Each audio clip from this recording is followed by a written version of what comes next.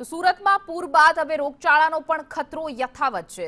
સ્મીમેર હોસ્પિટલમાં દર્દીઓની લાંબી કતાર જોવા મળી રહી છે। પૂર બાદ ચામડીના રોગના કેસમાં પણ વધારો થયો છે। 20 દિવસમાં ચામડીના રોગના 2467 કેસ નોંધાયા છે। દરરોજ 100 થી 150 દર્દીઓ સારવાર માટે પહોંચે છે। પૂર બાદ આરોગ્ય વિભાગ માટે પડકાર છે। પૂરગ્રસ્ત વિસ્તારમાં આરોગ્ય સંકટના એંધાણ છે, કારણ કે ફરી એક વખત જે પૂર બાદ આ પરિસ્થિતિ નિર્માણ થઈ છે, જેના કારણે રોગચાળો વકરી ગયો છે। હોસ્પિટલો દર્દીઓથી ઉભરાઈ રહી છે।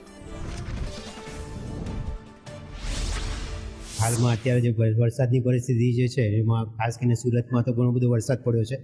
તો વરસાદને કારણે મોટે ભાગે જે છે જે પાણીઓને ભરાવોને જે થઈ રહ્યું છે એને કારણે ઘણા બધાને ઇવન કે વરસાદને કારણે પણ જે લોકોના કપડાં અને બધું ભીનું રહે, કપડાઓ સુકાય નહીં, આ બધાને કારણે પણ જે છે એ સ્કિનના અમુક રોગોનું પ્રમાણ વધી જાય છે। ખાસ કરીને આ ભેજવાળું વાતાવરણ અને ભીનું ને વરસાદને કારણે એ પ્રમાણ ઓવરઓલ જે છે આ સિઝનમાં વધે છે। મોટાભાગના કેસીસમાં જે છે ફંગલ ઇન્ફેક્શન અને બેક્ટેરિયલ ઇન્ફેક્શન હોય એનું પ્રમાણ મોટે ભાગે રૂટીન કરતાં વધારે જોવા મળે આ સિઝનમાં।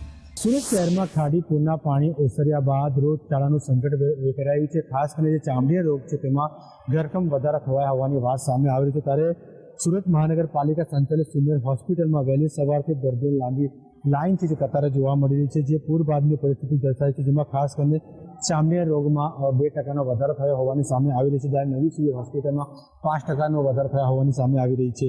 ત્યારે છેલ્લા 20 દિવસની જો વાત કરવામાં આવે તો સ્મીમેર હોસ્પિટલમાં ચામડીના રોગમાં કુલ 2467 જેટલા કેસ નોંધાય છે। આમ રોજના 100 થી 150 જેટલા કેસ અહીં નોંધાય છે એવું સામે આવી રહ્યું છે। હાલ જોઈ શકાય છે કે અહીં જે છે અલગ અલગ જે દર્દીઓ છે તે આ ચામડીના રોગ માટે સારવાર લઈ રહ્યા છે। જે રીતે વાત કરવામાં આવે ત્યારે વરસાદની સિઝન ત્યારે